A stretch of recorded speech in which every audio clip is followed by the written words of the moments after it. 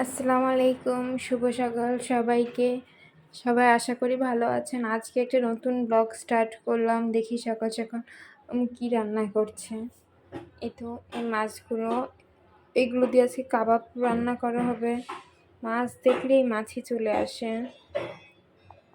কাবাবের জন্য মাছগুলো কেটে রাখা হয়েছে।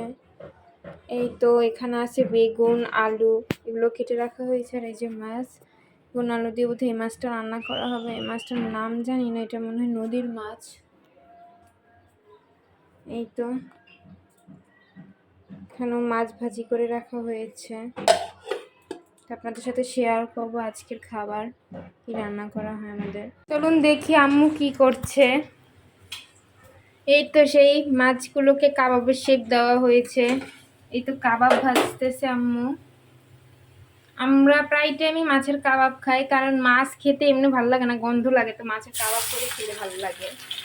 দেখুন ভাজা হচ্ছে কি সুন্দর। মাছের কাবাব বলি আর কিছু লাগে না আমাদের, ভালো লাগে।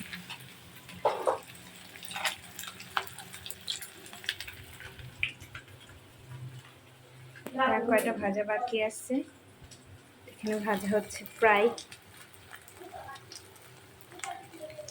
তো আপনাদের সাথে শেয়ার করব পরে কি অবস্থা হয় এগুলোর।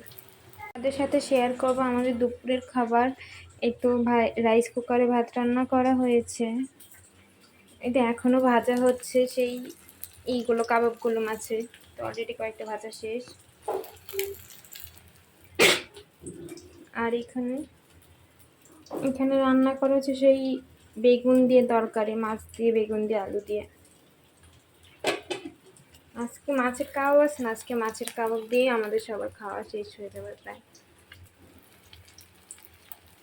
সন্ধ্যাবেলা নাস্তা হিসেবে ভার্জিন বেকারি থেকে পাউরুটি আনালাম, আর ভাইকে দিয়ে কলা আনালাম। এগুলো পাকা কলা, দেখতে একটু কাঁচা মনে হলো, এটা ভিতরে পাকা। তো এই ছিল আজকে আমার সারাদিনের ভিডিও। যদি ভালো লেগে থাকে একটা লাইক করবেন, একটা সাবস্ক্রাইব করবেন, একটা কমেন্ট করে দেবেন।